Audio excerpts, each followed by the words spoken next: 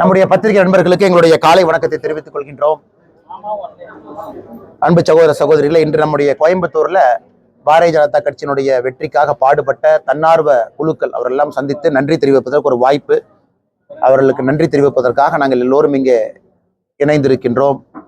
அந்த இடத்துல நம்முடைய பத்திரிகையாளர் நண்பர்களையும் சந்தித்துக் கொண்டிருக்கின்றோம். நாளை நம்முடைய மத்திய அரசு 3வது முறை ஆட்சிக்கு வந்த பிறகு தாக்கல் செய்யக்கூடிய முதல் பட்ஜெட்டாக நாளை இருக்கிறது. இன்று பாரத பிரதமர் நரேந்திர மோடி அவர்கள் காலையில பத்திரிகையாளர்களை சந்தித்திருக்கின்றார். பாராளுமன்றத்தினுடைய கட்டிடத்திற்கு வெளியே அதுல குறிப்பிட்டிருக்கிறாங்க, நாம் தேர்தலுக்கு முன்பு என்ன சொல்லி இருந்தோம், குறிப்பாக இந்தியாவுடைய வளர்ச்சி 2047 வளர்ச்சி அடைந்த பாரதம், அதற்காகத்தான் இந்த பட்ஜெட் இருக்கும் என்பதை மறுபடியும் ஒரு முறை நம்முடைய பிரதமர் அவர்கள் தெளிவுபடுத்தி இருக்கிறாங்க. அதுல குறிப்பாக தமிழகத்தினுடைய வளர்ச்சி, தமிழகத்தினுடைய நலன் சார்ந்த திட்டங்களும் இருக்கும் என்பது எங்களுடைய நம்பிக்கை. அதிலே கோயம்புத்தூருக்கு நலத்திட்டங்களும் கோயம்புத்தூருடைய வளர்ச்சிக்காக, அடுத்த கட்ட வளர்ச்சிக்காக மத்திய அரசு செயல்படுத்தக்கூடிய திட்டங்களும் இருக்கும் என்பது எங்களுடைய நம்பிக்கை. குறிப்பாக இந்த பட்ஜெட்டை பொறுத்த வரைக்கும் இது பிப்ரவரி 1 தேர்தலுக்கு முன்பு பட்ஜெட் தாக்கல் செய்யப்பட்டிருந்தாலும் கூட இன்னைக்கு ஜூலை மாதத்துல நாம் பார்க்கின்றோம். இது கிட்டத்தட்ட ஒரு 9 மாதத்திற்கான பட்ஜெட். மறுபடியும் அடுத்த ஆண்டு பிப்ரவரி 1 வரை. அதனால இந்த பட்ஜெட் கண்டினியூட்டி, 10 ஆண்டுகள் நம்முடைய பாரதிய ஜனதா கட்சியினுடைய ஆட்சிக்கும் இந்த 5 ஆண்டுக்குமான இந்த பட்ஜெட் ஒரு கண்டினியூட்டியை நம்ம காட்டும். அதனால எந்தவித டீவியேஷனும் இல்லாம இதற்கு முன்பு எந்த கொள்கைகள் குறிப்புகளோடு நம்முடைய ஆட்சி இருந்ததோ அதே போன்றது இருக்கும் என்கின்ற உறுதிமொழியை பிரதமர் அவர்கள் தெரிவித்திருக்கின்றார்கள். அதை தாண்டி நம்முடைய பத்திரிகை நண்பர்களுக்கு கேள்வி இருக்கும், ஒன்னொன்னா கேளுங்கன்னா பதில் சொல்றோம். ஜிஎஸ்டி மிகப்பெரிய ப்ராப்ளம் அப்படின்னு சொல்லியிருந்தோம். அதனால வளர்ச்சி எல்லாம் இருக்குது. ரா மெட்டீரியல் நார்த்ல இருந்து இங்க வர்றது, அவங்க டிரான்ஸ்போர்டேஷன் ப்ராப்ளம் எல்லாம் இருக்கு. ஜிஎஸ்டி குறைக்கும். ஆனா ஜிஎஸ்டியை பொறுத்தவரை ஜிஎஸ்டி வருவதற்கு முன்பும் டாக்ஸ் இருந்தது அப்படிங்கிறத நம்ம மறந்து விடக்கூடாது. குறிப்பாக நம்ம பத்திரிகையாளர் சந்திப்புல பேசும்பொழுது நம்முடைய பத்திரிகை நண்பர்களுக்கும் தெரியும், இதற்கு முன்பு டாக்ஸேஷன் இருந்துச்சு. இன்னைக்கு ஜிஎஸ்டி ஏற்கனவே பல இடத்துல நம்முடைய பினான்ஸ் மினிஸ்டர் சொல்லியிருக்கிறாங்க, மூத்த அமைச்சர்கள் சொல்லியிருக்கிறாங்க, ஜிஎஸ்டி ஸ்டெபிலைஸ் ஆனவுடன், குறிப்பாக இன்னைக்கு நம்முடைய நாட்டை பொறுத்தவரை ஜிஎஸ்டி கலெக்ஷன் ஒரு மாதமுமே ரொம்ப அற்புதமா இருக்கு. கலெக்ஷனை பொறுத்த வரைக்கும் இன்னைக்கு அது சிஸ்டம் சிங்க் ஆயிருச்சு. எல்லா இடத்திலும் ஜிஎஸ்டினுடைய கலெக்ஷன் பார்த்தீங்கன்னா போன ஆண்டை கம்பேர் பண்ணும் பொழுது இந்த வருடம் அந்த பர்டிகுலர் மந்த் ஒரு ஏறுமுகத்துல தான் இருக்கு. அப்படி இருக்கும் பொழுது ரேஷனலைசேஷனை பத்தி நம்ம யோசிப்போம் அப்படின்னு பல இடத்துல ஜிஎஸ்டி கவுன்சில்ல எல்லா நம்முடைய நிதி அமைச்சர்கள் இருக்கும் பொழுது எடுக்கப்பட்ட ஒரு ஒருமித்தமான ஒரு முடிவு. அதாவது நம்முடைய ரேஷனலைசேஷன் எப்ப நம்ம கொண்டு வருவோம், அதற்கான முயற்சி எப்பொழுது நாம் எடுப்போம் என்றால் குறிப்பாக இந்த டாக்ஸ் பேஸ் செட்டில் ஆகும் பொழுது. இன்னைக்கு அது நடக்க ஆரம்பித்திருக்கு. அதற்கான ஆரம்ப விஷயத்தை நம்ம பார்க்கிறோம், கிரீன் ஷூட்ஸ் அப்படின்னு நம்ம சொல்லுவோம். அதனால் வருகின்ற காலத்துல நிறைய விஷயங்கள், நேற்று கூட கோயம்புத்தூர்ல நம்முடைய Tamil Nadu higher goods owners association மீட்டிங்ல அவங்க கேட்டிருந்தாங்க, 18% 12% மைக் செட்ல இருந்து, எல்இடி ஸ்கிரீன்ல இருந்து, வாடகை பாத்திரத்திலிருந்து இதுக்கெல்லாம் நீங்க குறைக்கணும், நாங்க அதை கையில் எடுப்பதாக சொல்லி இருக்கின்றோம். நிறைய கோரிக்கைகள் தமிழ்நாடு முழுவதுமே வந்து கொண்டிருக்கிறது. அது ஒரு ஜிஎஸ்டி கவுன்சிலுக்கு முன்பு நம்முடைய நிதியமைச்சர் அவர்களுக்கு தொகுத்து அசோசியேஷன் சார்பாக கொடுக்கிறோம். மேடமும் நிறைய பேர்த்த சந்திக்கிறாங்க. அதனால வருகின்ற காலத்துல இதெல்லாம் செயல்படுத்துவதற்கான வாய்ப்பு அதிகமாக இருப்பதாக நான் பார்க்கின்றேன். பிரகாசமான வாய்ப்பாக நாங்கள் பார்க்கிறோம்.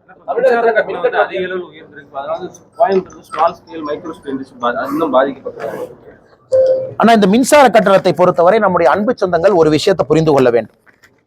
குறிப்பாக இன்னைக்கு தமிழக அரசு பாத்தீங்கன்னா மக்களை முட்டாள் ஆக்குவதற்காக மற்ற மாநிலத்தினுடைய மின்சார கட்டணத்தை ஒப்பீடு செய்யறாங்க. அவங்களே செய்தி குறிப்பும் கொடுக்குறாங்க, இங்க பாருங்க இதான் தமிழ்நாட்டினுடைய மின்சார கட்டணம், மற்ற மாநிலத்தினுடைய மின்சார கட்டணத்தை பாருங்க அப்படின்னு செய்தி குறிப்பு கொடுக்குறாங்க. உதாரணத்திற்கு திமுக தன்னுடைய தேர்தல் அறிக்கையில 221 என்ன சொல்லியிருந்தாங்க அப்படின்னா, மாதத்திற்கு ஒரு முறை மின் கட்டணம் செலுத்தினா போதும் அப்படின்னு.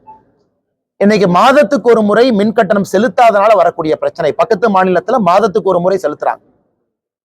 இன்னைக்கு மின் கட்டணம் மாதத்துக்கு ஒரு முறை செலுத்தாதனால வரக்கூடிய பிரச்சனை பாருங்க. உதாரணத்திற்கு கோயம்புத்தூர்ல நான் 200 யூனிட் பயன்படுத்துறேன், மாதத்திற்கு ஒரு முறை மின் கட்டணம் செலுத்துறேன் அப்படின்னா 450 ரூபாய்.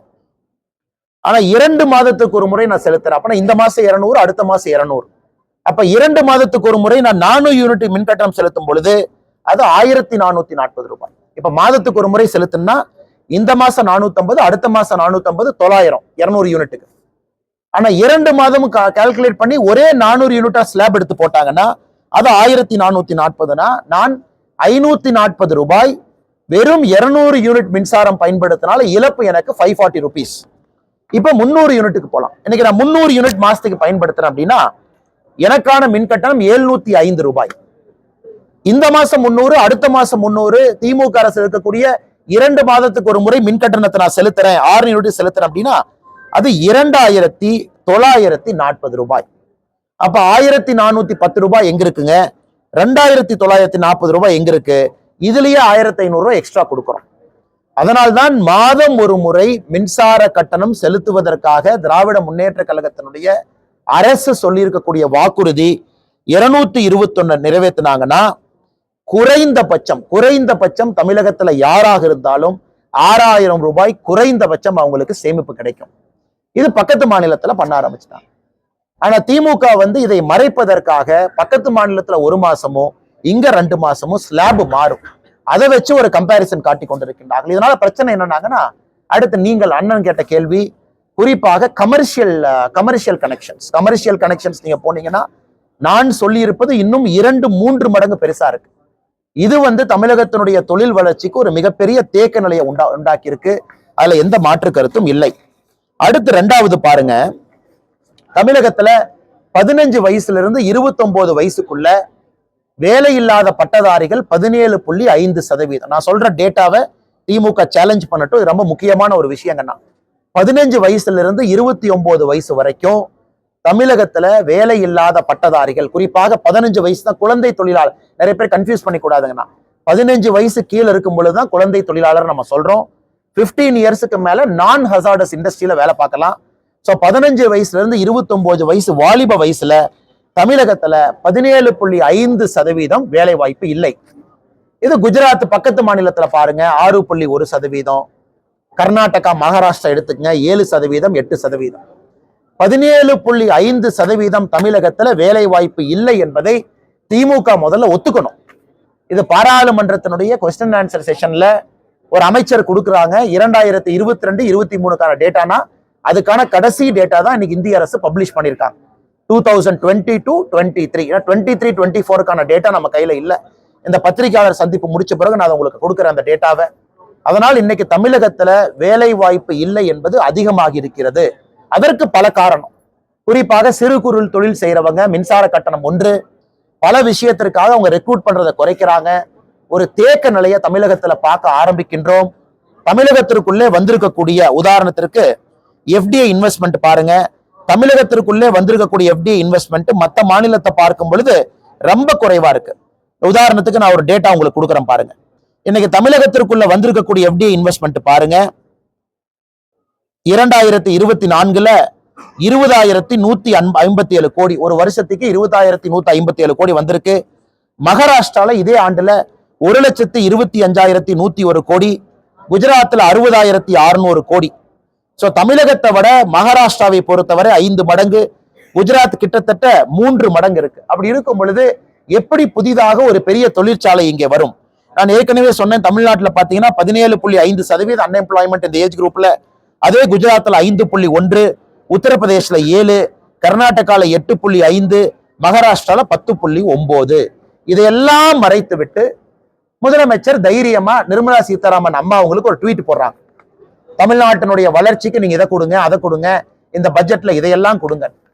அதனால் நேற்று நாங்கள் மாண்புமிகு முதலமைச்சர் அவர்களுக்கு ஒரு பதில் சொல்லி இருக்கின்றோம். தமிழகத்திற்கு என்னெல்லாம் வந்திருக்கு, என்ன திட்டமெல்லாம் வந்திருக்கு, முதலமைச்சர் கேட்டிருக்கக்கூடிய திட்டங்களும் வரத்தான் போகுது. ஆனால் நீங்கள் செய்யாததை மறைப்பதற்காக எல்லாம் மத்திய அரசு கொடுக்க வேண்டும் என்கின்ற பழிய போடாதீங்க என்பதையும் சொல்லி இருக்கின்றோம். இல்ல மின்சார கட்டணம் முதல் இவ்வளவு பேசுற முதலமைச்சர் மாதத்திற்கு ஒரு முறை மின்சார கட்டணத்தை கணக்கீடு செய்வோம்னு சொல்றதுக்கு 1 நிமிஷம் ஆகும். அதை சொன்னாங்கன்னா நாங்க புள்ளி விவரத்துல 200 யூனிட்டுக்கும் 300 யூனிட்டுக்கும் டிஃபரன்சியேஷன் கொடுத்திருக்கோம். அதுலயே எவ்வளவு சேமிப்பு நீங்க பாருங்க. 300 யூனிட் கிட்டத்தட்ட 1,400 சில்லற ரூபாய், 1,500 ரூபாய் சேமிப்பு வருது. இதையெல்லாம் செய்யாம முதலமைச்சர் அவர்கள் எதோ பேசுறாங்க.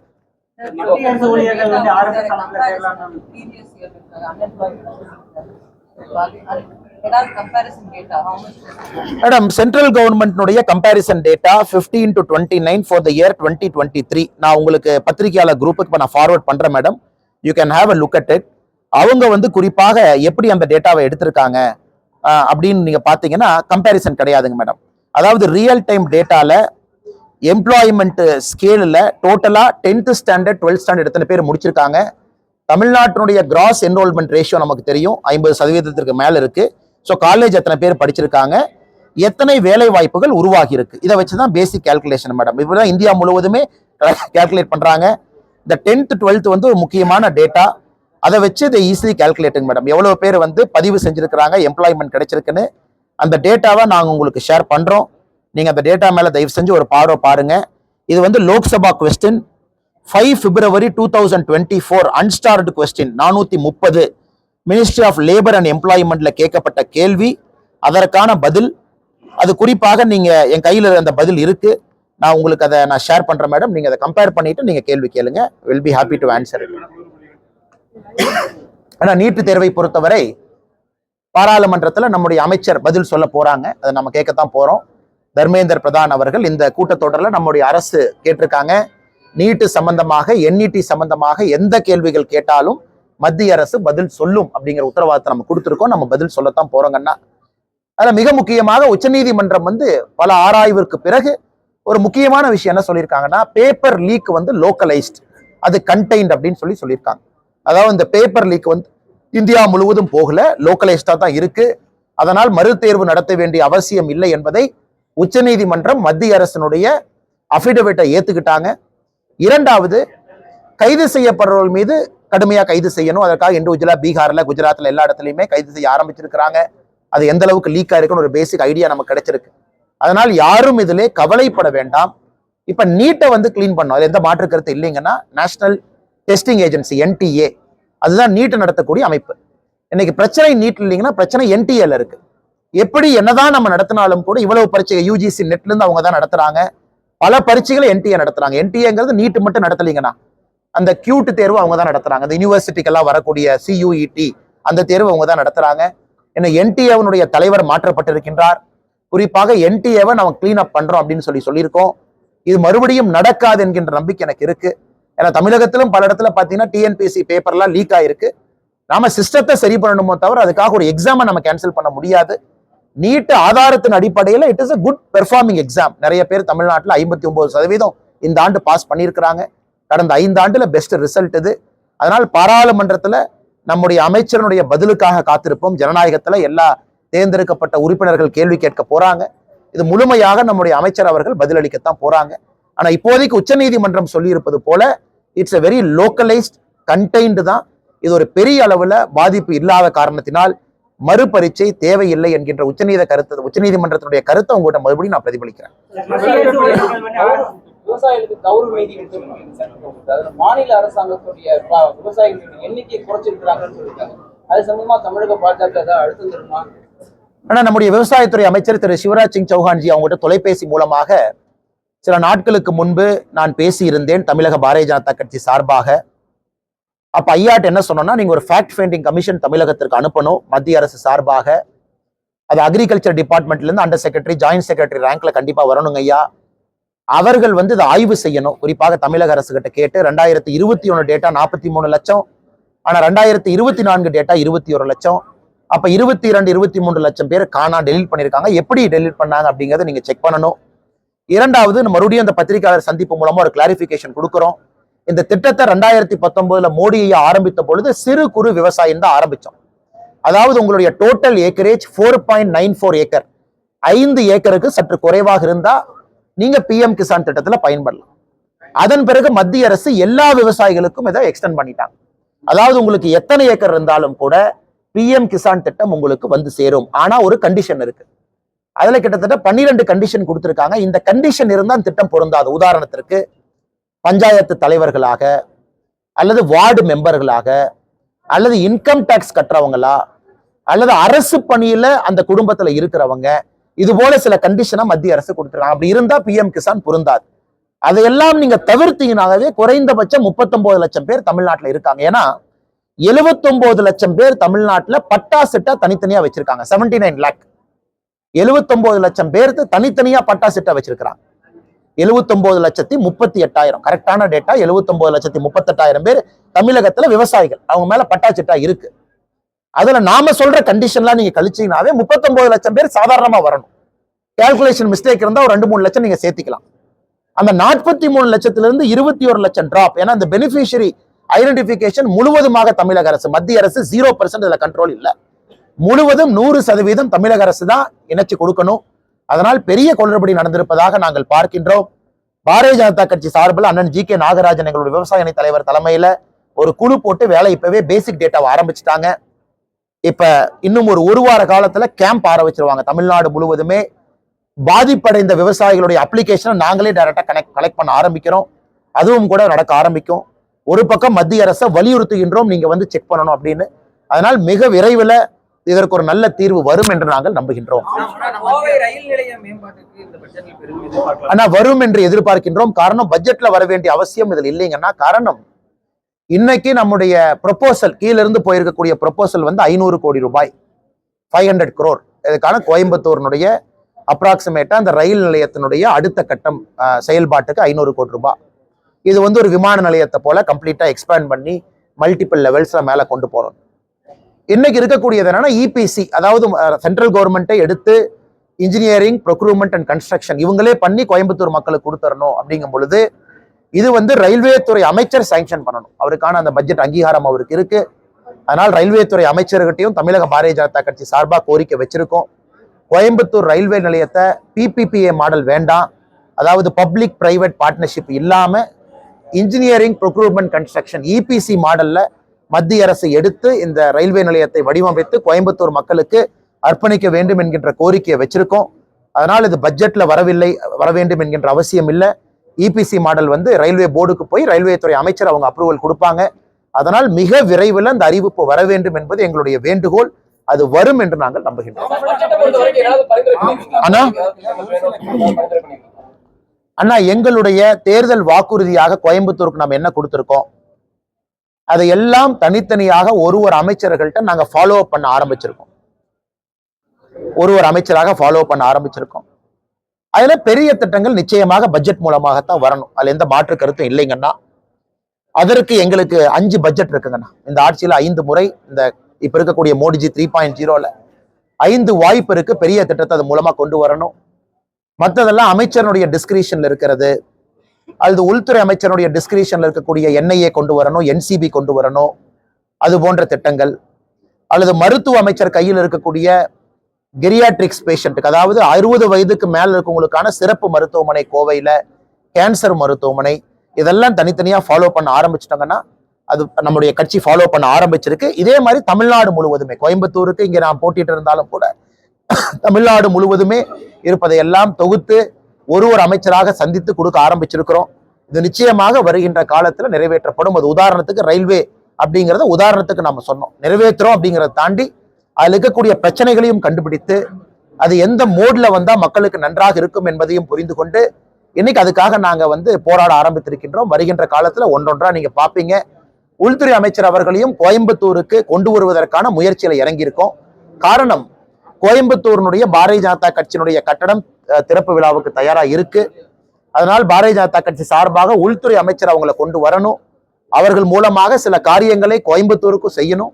அவர் வரும் பொழுது இந்த கட்டடத்தை பாரதிய ஜனதா கட்சிக்கு திறந்து வைக்க வேண்டும் என்பதற்காக எல்லா வேலையிலும் இறங்கி இருக்கோம். ஏற்கனவே சொன்னது போல உள்துறை அமைச்சர் அவங்ககிட்ட சில வேண்டுகோள் பாக்கி இருக்கு, அவங்ககிட்ட செய்யணும்னு நாங்க கேட்கிறோம். ஆனால் வருகின்ற காலத்தில் நீங்க பாப்பீங்க, இது ஒன்றொன்றாக செயல்படுத்தி கொண்டு வருவோம். மாநில தலைவர்களுக்கு வந்து பாதுகாப்பு இல்லை அப்படிங்கிறாரு.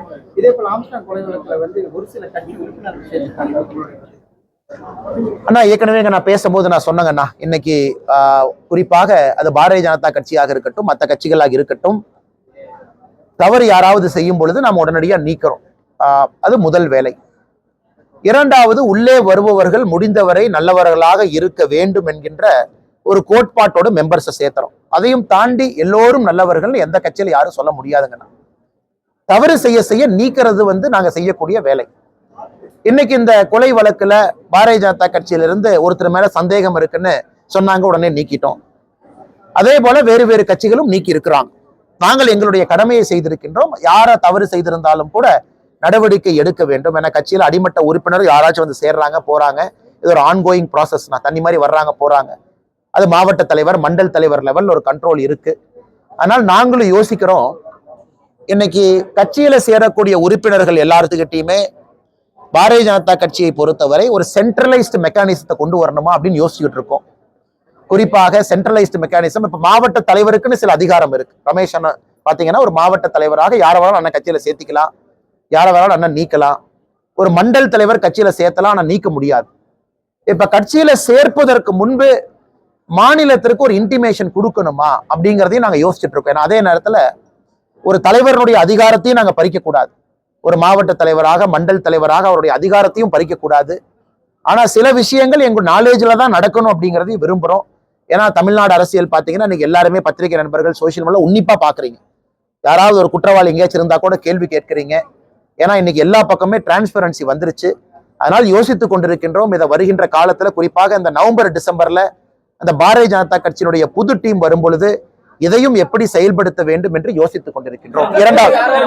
இரண்டாவது என்ன பதில் முடியலைங்கன்னா, இப்ப ஆம்ஸ்ட்ராங் அவருடைய கொலை வழக்குல தொடர்ந்து எங்களுடைய ஒரே ஒரு கோரிக்கை, இது சிபிஐக்கு விசாரணைக்கு போக வேண்டும் என்பதுதான் எங்களுடைய கோரிக்கை. இப்ப national commission for scheduled cost NCSC வந்து பார்த்துட்டு போயிட்டாங்க. பாரதிய ஜனதா கட்சியினுடைய தலைவர்கள் டெல்லிக்கு போய் இது கொடுத்துட்டு வந்தாங்க. அடுத்து நேஷனல் ஹியூமன் ரைட்ஸ் கமிஷன்ல இருந்து வருவதாக சொல்லி இருக்கின்றார்கள். அடுத்து மூன்றாவது மிக முக்கியமானது, உள்துறை அமைச்சருக்கும் தெரியப்படுத்தி இருக்கின்றோம், சிபிஐ விசாரணை வேண்டும். ஆனா முதலமைச்சர் அவர்கள் ப்ராசிக்யூஷன் சாங்ஷனை வித்ட்ரா பண்ண காரணத்தினால இன்னைக்கு இது கோர்ட் மூலமாக மட்டும்தான் வரவேண்டிய சூழல் உருவாயிருக்கு. தமிழ்நாட்டில் கோர்ட் மூலமாக மட்டும்தான் வரவேண்டிய சூழல். இன்னைக்கு கோர்ட்லயும் பாத்தீங்கன்னா வேறு வேறு கேசஸ் எல்லாம் கிளப் பண்ணி நீதியரசர்கள் விசாரிக்கிறாங்க. சிபிஐ விசாரணை இந்த பர்டிகுலர் கேஸ்ல வேண்டுமா அப்படின்னு இதையதான் கள்ளக்குறிச்சிக்கு நாங்க கேட்டிருக்கோம். அதனால் முதலமைச்சர் இந்த குழப்பத்துக்கெல்லாம் இடம் கொடுக்காம, அவர் இதுல மறைப்பதற்கு ஒன்றும் இல்லை என்றால் நேரடியா சிபிஐ விசாரணைக்கு முதலமைச்சர் அவங்க கேட்கலாம். மத்திய அரசு கொடுக்க போகுது. முதலமைச்சர் கேட்டு மத்திய அரசு சிபிஐ விசாரணை இல்லை என்று எப்பொழுதும் சொல்ல போவது இல்லை. அதுதான் பாரதிய ஜனதா கட்சியினுடைய நிலைப்பாடு. அதனால் முதலமைச்சர் இந்த குழப்பத்துக்கெல்லாம் இடம் கொடுக்காம சிபிஐ விசாரணைன்னு சொல்லிட்டாங்கன்னா முடிஞ்சது. இப்படி வர்றாங்கண்ணா,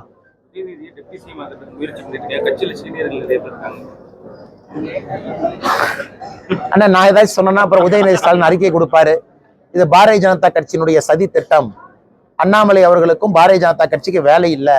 இது நாங்கள் போட்ட பகல் திட்டம் தான் உதயநிதி ஸ்டாலின் அவர்களை தமிழகத்தினுடைய முதலமைச்சர் ஆக்கணும்னா, நாங்க தமிழகத்துல திமுக இருந்து மக்களை காப்பாற்றணும்னு நினைக்கும் பொழுது நாங்கள் எதுக்கு சதி திட்டம் போட போறோம் உதயநிதி ஸ்டாலின் அவர் துணை முதலமைச்சர் ஆக்கணும் அப்படின்னு. அதனால் எங்களை பொறுத்தவரை முதலமைச்சருக்கு அருகதை இருக்கா? இருக்கு. யாரை வேண்டுமானாலும் துணை முதலமைச்சரா அவர் அறிவிக்கலாம். ஆனா அரசியலமைப்பு சட்டத்துல இடம் இல்லை, ஆனா வச்சுக்கலாம், தவறு கிடையாது. பாரதிய ஜனதா கட்சி ஆளுகின்ற மாநிலத்திலும் துணை முதலமைச்சர் இருக்கிறாங்க கூட்டணியில. முதலமைச்சருக்கு முழு அருகதை இருக்கா? இருக்கு. அவர் யாரை வேணாலும் துணை முதலமைச்சர் ஆக்கலாம். ஆனால் அது தமிழக மக்களுக்கு மறுபடியும் ஒரு வெட்ட வெளிச்சத்தை காட்டும்.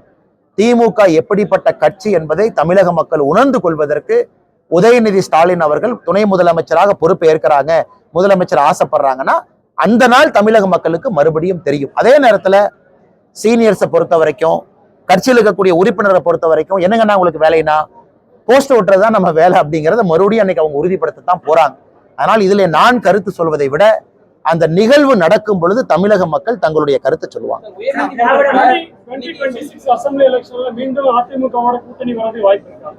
ஏன் இந்த கேள்வி இப்ப கேட்கறீங்கன்னா, அண்ணா அதாவது நாம ஒரு தெளிவான நிலைப்பாடு எடுத்திருக்கோம். தேசிய ஜனநாயக கூட்டணியுடைய தலைவர்கள் நீங்க பாக்குறீங்க, விக்கிரவாண்டியில, திருச்சியில, எல்லா இடத்திலும் ஒன்றாக இருந்து மக்களுக்கு ஒரு மெசேஜ் கொடுத்திருக்கோம்.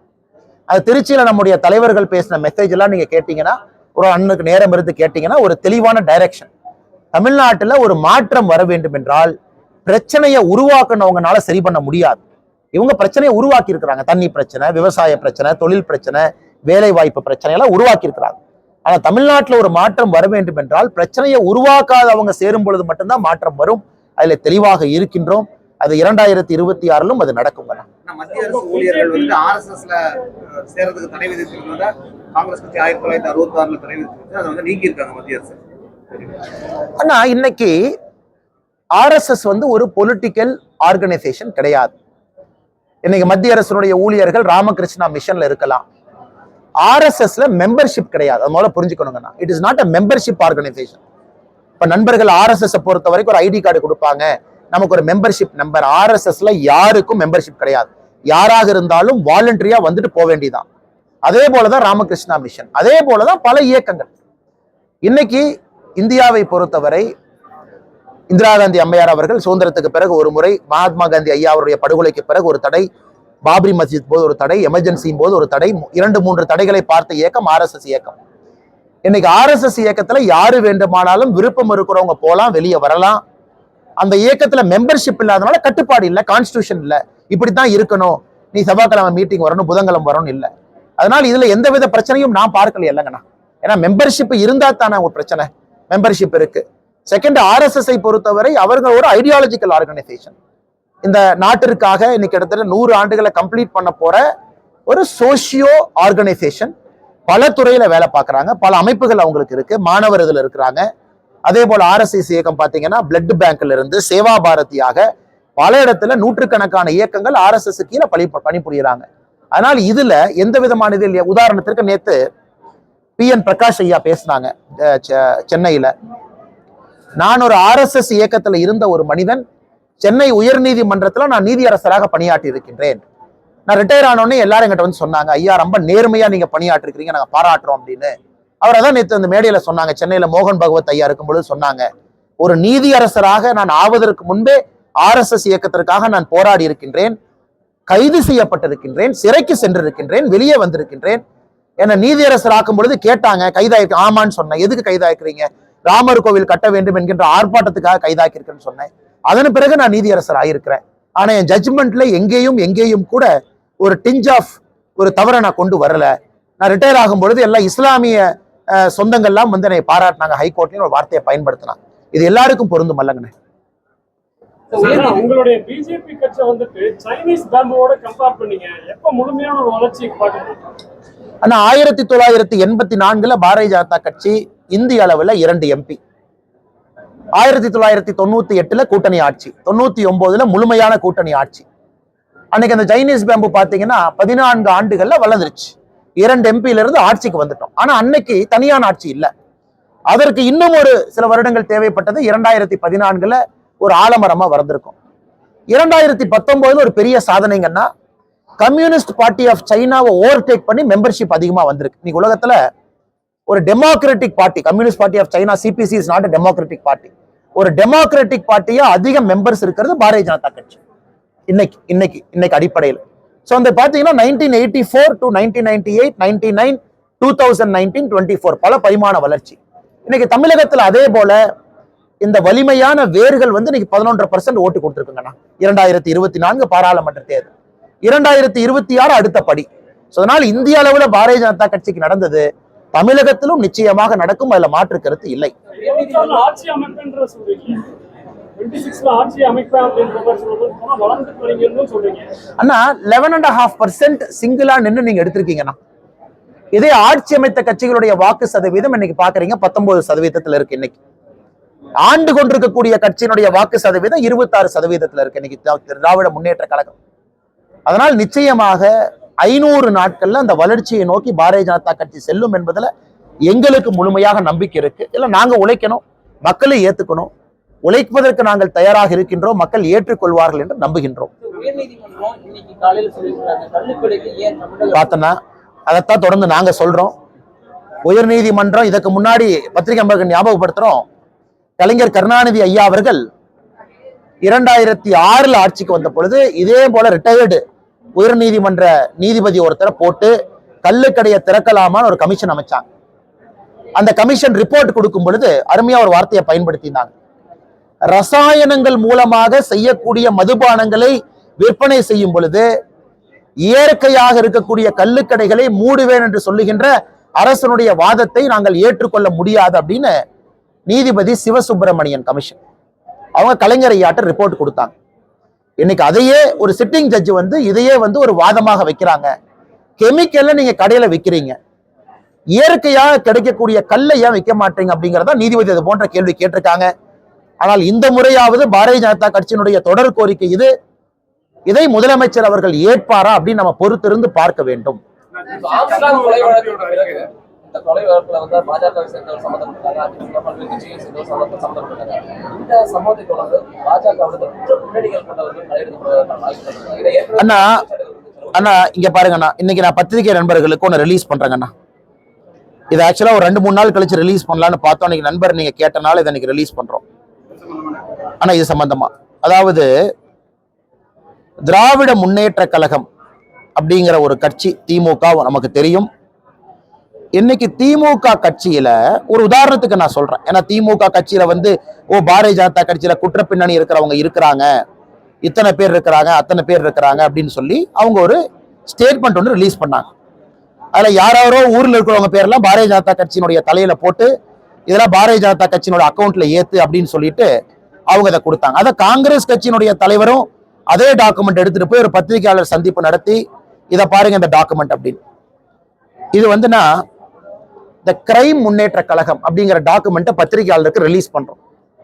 இந்த கிரைம் முன்னேற்ற கழகம் அப்படின்னு திமுகவுக்கு ஒரு புதிய பெயர் வச்சு இதுல யாரெல்லாம் சம்பந்தப்பட்டிருக்காங்க அப்படிங்கிற டாக்குமெண்ட். நாங்க சும்மா பேரெல்லாம் சொல்லிங்கன்னா நாங்க வந்து பேரெல்லாம் சொல்ல, நாங்கள் உங்களுக்கு சொல்வது தேதியோட. இதுல 3 காலம் இருக்கும், ஆனா ரிலீஸ் பண்ணிடுறோம். உங்களுக்கு இந்த டாக்குமெண்ட் கிடைச்சிரும். காலம் நம்பர் 1 வந்து பெயர் மற்றும் புகைப்படம், திமுகல இருக்கக்கூடிய மெம்பர் எந்த குற்றத்துல இன்வால்வ் ஆயிருக்கிறாங்க, கிரைம், அந்த குற்றச்சாட்டு என்ன, 3வது நாள். சோ கிரைம் முன்னேற்ற கழகம் சொல்லிட்டு உங்களுக்கு இதை நாங்க ரிலீஸ் பண்றோம். 18 பேஜ் இதுல இருக்கு. ஆனா 18 பேஜ் இருக்கு, 18 பேஜ் இருக்கு. சராசரியாக இதுல இன்னைக்கு நாங்கள் கணக்கெடுத்த வரை 112 பேர்த்துக்கு மேல மேஜர் கிரைம் இன்னைக்கு தேதி வரைக்கும். இது திமுக இந்த ஆட்சிக்கு வந்ததுல இருந்து மட்டும்தானே. 2021 மே மாசம் ஆட்சிக்கு வந்த பிறகு நாங்கள் எடுத்திருக்கக்கூடிய திமுக தொண்டர்கள் எதுல இன்வால்வ் ஆயிருக்கிறாங்க. இது உதாரணத்துக்கு எப்படி இருக்கும் அப்படின்னாங்கன்னா, போதைப் பொருள் கடத்தியதா இருக்கலாம், அவங்களுடைய தனிப்பட்டதெல்லாம் நாங்க போகவே இல்லைங்கண்ணா. ஒரு கோயில்ல வந்து ஒரு டிஎஸ்பி ஆபாசமா திட்டி அடிச்சதா இருக்கலாம், இவர்கள் செய்திருக்கக்கூடிய கள்ளக்குறிச்சி கள்ளச்சாராய விஷயத்துல தொடர்பு இருக்கவங்களா இருக்கலாம், அரசியல் கட்சி படுகொலையில சம்பந்தப்பட்டவங்களா இருக்கலாம், வியாபாரி கிட்ட ஒரு 18 லட்சம் ரூபாய் மோசடியில ஈடுபட்டவங்களா இருக்கலாம். அதாவது நான் திமுக கட்சி அப்படின்னு சொல்லி பண்ணவங்க. இந்த கிரைம் முன்னேற்ற கழகம் டாக்குமெண்ட்டை நாங்க ரிலீஸ் பண்றோம். நாங்க திமுகவை போல யாரோ ஒரு புகைப்படத்தை போட்டு இங்க பாருங்க இவங்க தான் பாஜகன்னு ரேண்டமா நானும் ஒரு 5000 பேர்த்த போட்டு உங்களுக்கு கொடுக்க முடியுங்கண்ணா. ஆனா இந்த ஆத்தென்டிக் டாக்குமெண்ட்டை புகைப்படத்தோட, கிரைமோட, நாளோட நீங்க பத்திரிகை செய்தியோட கோரிலேட் பண்ணிக்கலாம், வேற செய்தியோட கோரிலேட் பண்ணிக்கலாம். இதை உங்க பத்திரிகையாளர் குரூப்புக்கு நாங்க ரிலீஸ் பண்றோம்.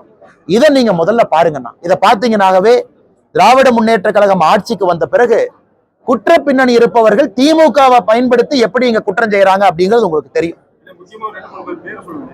ஆனா எல்லாம் தெரிஞ்ச பேர் தானே உங்களுக்கு. ஃபர்ஸ்ட் முதல் நபர் வந்து ஜாஃபர் சாதிக்ல இருந்து ஆரம்பிச்சு இதுல நீங்களே ஆச்சரியமா இருக்கு உங்களுக்கு. வேலு, கன்னிக்குட்டு, பழனிசாமி, அதாவது பேரை சொல்லணும் அப்படிங்கறதுக்காக நாங்க ஒரு 10 பேர்த்த சொல்லிங்கன்னா குற்ற பின்னணி இது வந்து ஒரு நேஷனல், ஒரு தமிழ்நாட்டு லெவல்ல கவர் ஆயிருக்காது. ஆனா சேலத்துல கவர் ஆயிருக்கும், தென்காசியில கவர் ஆயிருக்கும், ஆனா கோயம்புத்தூர்ல கவர் ஆயிருக்காது நியூஸ் பேப்பர்ல. இது மொத்தமாக சேகரிச்ச பெயர்கள். நீங்க பாருங்க, அடுத்த பிரஸ் மீட்ல நீங்க கேட்கத்தான் போறீங்க. திமுக அதுக்கு பதில் சொல்லும் நீங்க கேள்விக்கு. அன்னைக்கு நான் முழுமையா அதுக்கு பதில் சொல்றேன். இந்த பத்திரிகையாளர் சந்திப்பு முடிச்சோடனே உங்க வாட்ஸ்அப் குழுக்கு அதை அனுப்பிச்சிடணும். பாருங்க, இத்தனை நாள் ஆச்சு அவங்களுக்கு, இத்தனை நாள் ஆச்சு. இந்த ராமர் அவருடைய புகழை தெரிந்து கொள்வதற்கு திமுகவுக்கு ராமருக்கு செருப்பு மாலை போட்ட ஒரு கட்சி. அதாவது இந்த கட்சியினுடைய ஐடியாலஜிக்கல் மென்டார் திமுக என்று சொல்வதை விட இந்த கட்சி யாரால் உருவானதோ, சித்தாந்தம் யாருகிட்ட இருக்கோ, ராமருக்கு செருப்பு மாலை போட்டவர்கள் இன்னைக்கு திமுகவினுடைய சட்டத்துறை அமைச்சர் அண்ணன் ரகுபதி அவர்கள் சொல்றாங்க, சமூக நீதி ராமர் காலத்தில் இருந்துச்சு, சமநீதி ராமர் காலத்தில் இருந்துச்சு. அதைத்தான் இன்னைக்கு திமுக பின்பற்றுறாங்க. இதைத்தான் நாங்க சொல்றோம். ராமர் ஆட்சி வேண்டும், ராமருக்கு கோவில் வேண்டும்னு தொடர்ந்து சொல்றது. எல்லா கடவுளும் ஆட்சி ஆளவில்லை, ராமர் மட்டும்தான் ஆட்சி ஆண்டார். அதனாலதான் ராமராஜ்யம். இவங்க உள்ள ராமனுக்கு முக்கியத்துவம் கொடுக்குறாங்க. பாரதிய ஜனதா கட்சி எல்லா கடவுளுக்கும் முக்கியத்துவம் கொடுக்கும், மாரியம்மனுக்கும் சரி, கருப்பணசாமிக்கும் சரி, முருகபெருமானுக்கும் சரி, விநாயகருக்கும் சரி. ஆனா ராமராஜ்யம் ஏன் சொல்றோம்னா, மிச்ச கடவுள் ஆளவில்லை, அவர்கள் நம்மை வழி நடத்தினார்கள். ஆனால் ராமர் ஒரு மனிதனாக வந்து ஆட்சி நடத்தினால அந்த ஆட்சி எப்படி இருந்தது அப்படிங்கிறது ராமராட்சி. இன்னைக்கு திமுகவினுடைய சட்டத்துறை அமைச்சர் பாருங்க, அதாவது சிறைக்கு யாரெல்லாம் போறாங்களோ குற்றவாளிகளை கண்காணிக்க வேண்டிய அமைச்சர் அவர்கள் இன்னைக்கு நாங்களும் ராமராட்சிட்டாங்க. இப்ப எந்த அளவுக்கு போறாங்கன்னா, காமராஜர் ஆட்சின்னு போன வாரம் சொன்னாங்க, இந்த வாரம் ராமராட்சிங்கிறாங்க. அடுத்த வாரம் என்ன சொல்லுவாங்க எங்களுக்கு டவுட்டா இருக்கு. அதனால செருப்பு மாலை போட்ட ஒரு இயக்கத்திலிருந்து வந்திருக்கக்கூடிய கட்சி இன்னைக்கு தமிழக மக்களிடம் மன்னிப்பு கேட்பதாகத்தான் இதை நான் பார்க்கிறேன். ரகுபதி அவருடைய ஸ்டேட்மெண்ட் வந்து தமிழக மக்கள்கிட்ட கை கூப்பி நாங்கள் ராமரை அவமானப்படுத்தியதற்காக மன்னிப்பை கோருகின்றோம் என்று ரகுபதி அவர்களுடைய அந்த ஸ்டேட்மெண்ட்டை நாங்க பாக்குறோம்.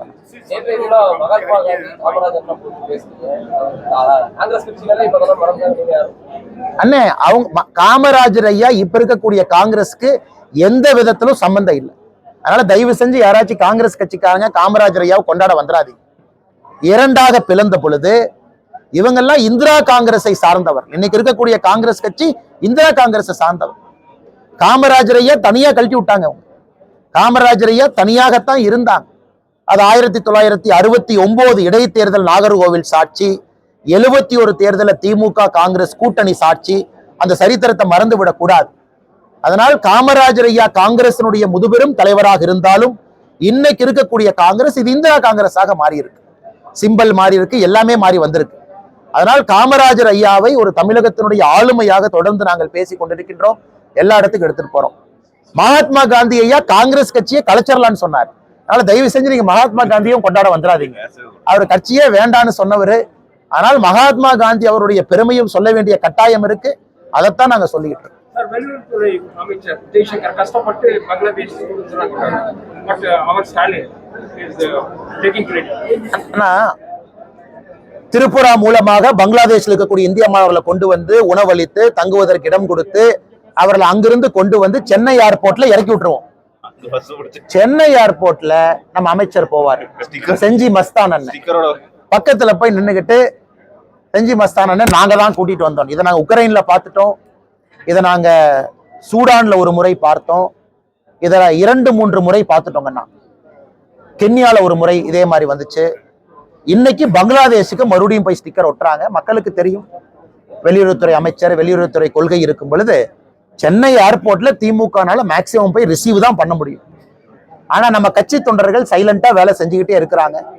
உதாரணத்துக்கு உக்ரைன்ல இருந்து வந்த மாணவர்களை வீட்டுல போய் சந்திப்போம். பங்களாதேஷ்ல இருந்து வந்தவங்க எங்கிட்ட வர்ற அப்ளிகேஷன்லாம் கலெக்ட் பண்ணி எம்இஏ கண்ட்ரோல் ரூமுக்கு ஆல்ரெடி அனுப்பிச்சாச்சு. எங்களுக்கு வந்த 16 அப்ளிகேஷன் வந்துச்சுங்கன்னா மொத்தமா தான் பாரதிய ஜனதா கட்சிக்கு வந்துச்சு. நேற்று வரை வந்ததை கலெக்ட் பண்ணி எம்இஏ கண்ட்ரோல் ரூமுக்கு நாங்கள் கொடுத்துட்டோம். எங்களுக்கு வர்றதை செய்ய வேண்டிய கடமை எங்களுக்கு. இதே உக்ரைன் பாத்தீங்கன்னா அப்ளிகேஷன் நிறைய வந்துச்சு. நிறைய பேர் வரணும் அப்படின்னு நிறைய கிட்டத்தட்ட நாங்க அமைத்திருந்த கண்ட்ரோல் ரூமுக்கே கிட்டத்தட்ட 100க்கு மேல வந்துச்சு. ஆனா பங்களாதேஷ்ல யாராச்சும் இருக்கீங்கன்னா தொடர்ந்து பாரதிய ஜனதா கட்சி அலுவலக செயலாளர் சந்திரன் அவங்க கிட்ட நீங்க அனுப்பி வைக்கலாம். பாரதிய ஜனதா கட்சி வெப்சைட்ல கொடுக்கலாம். சென்னை பக்கத்துல இருந்தா அலுவலகத்தில் நேர்ல வந்து கொடுக்கலாம். நீங்க கொடுப்பதை எம்இஏ கண்ட்ரோல் ரூம்ல கொடுத்து நாங்க ஃபாலோ அப் பண்றோம். உங்களுடைய குழந்தைகள் பத்திரமாக தமிழகம் வந்து சேரும் வரை அது எங்களுடைய பொறுப்பு.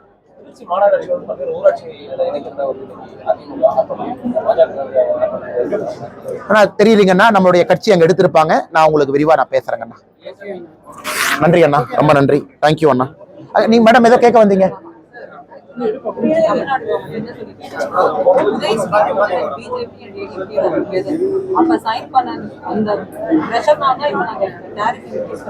மேடம் இதுக்கு நான் பதில் சொல்றேன் மேடம். இப்ப மேடம் கேக்குறாங்க இந்த மாதிரி தமிழ்நாடு அரசு மின் கட்டணத்தை உயர்த்தும் பொழுதெல்லாம் இந்த உதய ஸ்கீம் மேல பணிய போடுறாங்க அப்படின்னு.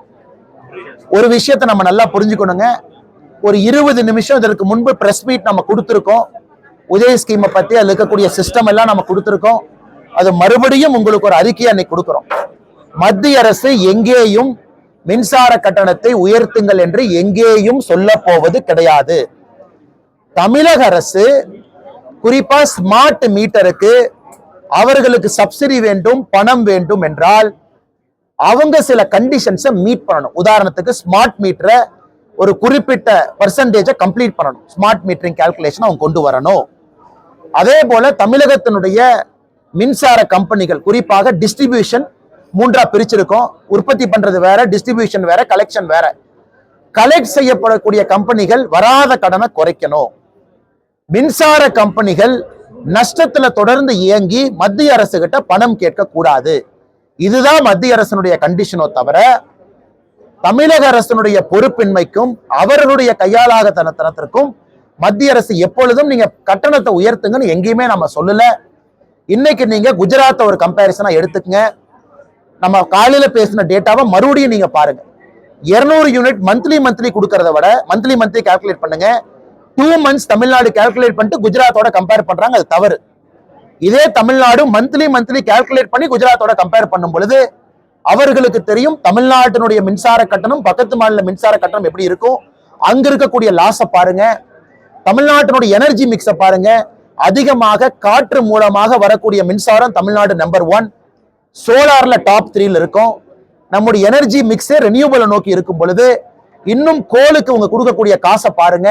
அதனால் தமிழக அரசு இதை சொல்லுகின்ற பொய்யாகத்தான் இருக்கு. அடுத்த முறை நமக்கு வாய்ப்பு கிடைக்கும் பொழுது இந்த உதய ஸ்கீமை பத்தி மறுபடியும் விலாவரியாக பேசுவதற்கு பத்திரிகை நண்பர்கள் எனக்கு ஒரு வாய்ப்பு கொடுங்க. ஆனா இன்னைக்கு நேரம் இல்லாத காரணத்தினால உங்களுக்கு அந்த அறிக்கையை மறுபடியும் வாட்ஸ்அப் குரூப்ல அன்எம்ப்ளாய்மெண்ட், உதய ஸ்கீமுக்கான டாக்குமெண்ட், மூன்றாவது நீங்க கேட்ட கிரைம் முன்னேற்ற கழகத்தினுடைய டாக்குமெண்ட் 3 உங்க வாட்ஸ்அப் குழுவில் நாங்க பகிர்ந்தோம். நன்றி. 10 வருஷத்துல வந்து மத்திய அரசு சமஸ்கிருத மொழி வளர்ச்சிக்காக அதிக நிதி ஒதுக்கியிருக்காங்கன்னு சொல்லிட்டு ஒரு ஆனா இதை நான் பல இடத்துல சொல்லியிருக்கேன். தமிழ் பல்கலைக்கழகம் எத்தனை இருக்கு, சமஸ்கிருதத்துக்கான பல்கலைக்கழகம் எத்தனை இருக்கு, ஹிந்திக்கான பல்கலைக்கழகம் எத்தனை இருக்கு. அதனால் அவர்களை பொறுத்தவரை எத்தனை பல்கலைக்கழகம் இருக்கோ அதுக்கு கொடுப்பாங்க. தமிழ்நாட்டில் முதலமைச்சர் அவர்கள் நாளை காலையில இன்னும் ஒரு 3-5 மத்திய அரசு பல்கலைக்கழகம் வேண்டும் என்று கேட்டால் நாங்க டெல்லிக்கு போய் அதை வாங்கிட்டு வர்றோம். அதற்கு அடுத்த வருஷத்திலிருந்து புரோரேட்டா பணம் கொடுப்பாங்க. அதாவது தமிழ் பல்கலைக்கழகம் எத்தனை இருக்கோ அவ்வளவு பணம், சமஸ்கிருதம் எவ்வளவு இருக்கோ அவ்வளவு பணம். சமஸ்கிருதம் இந்தியா முழுவதும் வேறு வேறு மாநிலத்துல ஒரு ஆட்சி அதை தொடங்குறாங்க. யூபியில தொடங்குறாங்க, ராஜஸ்தான்ல தொடங்குறாங்க, டெல்லியில தொடங்குறாங்க. சோ சமஸ்கிருத பல்கலைக்கழகங்கள் அதிகமா இருக்கு, ஹிந்தி பல்கலைக்கழகங்கள் அதிகமா இருக்கு. தமிழ்நாட்டுல தமிழ் பல்கலைக்கழகங்கள் நம்முடைய ஊருக்குள்ள மட்டும் இருக்கு. இன்னைக்கு முதலமைச்சர் அவர்கள் அதை அதிகப்படுத்தினா அதற்கான வரக்கூடிய நிதியும் அதிகமா இருக்கும். அதனால முதலமைச்சர் அதை புரிந்து கொள்ளாமல் தமிழ்நாட்டுக்கு தமிழ் பல்கலைக்கழகம் இவ்வளவுதான் கொடுத்தாங்கன்னு சொல்றதை விட எத்தனை தமிழ் பல்கலைக்கழகம் இருக்கு, எத்தனை சமஸ்கிருத பல்கலைக்கழகம் இருக்கு, எத்தனை ஹிந்தி பல்கலைக்கழகம் இருக்குன்னு சொன்னா தெரியும். எல்லா பல்கலைக்கழகத்திற்கும் சமமாகத்தான் நிதி போகுது. அதை யாரும் அதிகப்படுத்தியோ குறைத்தோ கொடுக்க முடியாது. ஆனா இந்த மொழி வளர்ச்சி எல்லாமே பல்கலைக்கழகங்கள் மூலமா தான் போகுது. தஞ்சை தமிழ் பல்கலைக்கழகத்துக்கு பணம் வருது, CICT central institute of classical Tamil தரமணிக்கு பணம் வருது. ஸோ இன்ஸ்டிடியூஷன்ஸ் அதிகமா இருந்தா பணம் அதிகமா போகும், இன்ஸ்டிடியூஷன்ஸ் குறைவா இருந்தா பணம் குறைவா போகும். ஏன்னா நீங்க எவ்வளவு நிதி கொடுத்தாலும் அதை செயல்படுத்தக்கூடியவர்கள் இன்ஸ்டிடியூஷன். CICT ஒண்ணுதான் இருக்குன்னா தரமணியில central institute of classical Tamil. முதலமைச்சர் இன்னொரு 10 ஏக்கர் 20 ஏக்கர் நிலம் கொடுக்கட்டும், சவுத் தமிழ்நாட்டில் நாங்க ஒண்ணு கொண்டு வர்றோம். ஆனா நிலம் அவர் கொடுக்கணும், நாங்க கொண்டு வர்றோம். முதலமைச்சர் அவர்கள் தஞ்சை தமிழ் பல்கலைக்கழகம் ஒண்ணு இருக்கு, இன்னொன்னுக்கு ப்ரொபோசல் அனுப்பட்டும், நாங்க அப்ரூவல் வாங்கிட்டு வர்றோம். அதனால் பல்கலைக்கழகங்களை அதிகப்படுத்தினால் வரக்கூடிய நிதி ஆட்டோமேட்டிக்கா அதிகமாகும். ஏன்னா மத்திய அரசை பொறுத்தவரை நிதியை இந்த அமைப்புகள் மூலமாக மட்டும்தான் செலவு செய்ய முடியுமோ தவிர அவங்க தன்னிச்சையா தமிழை வளர்க்கறக்கோ, சான்ஸ்கிரிட்டை வளர்க்கறக்கோ, ஹிந்தியை வளர்க்கறக்கோ செலவு பண்ண முடியாதுங்கண்ணா. நன்றிங்க ஐயா.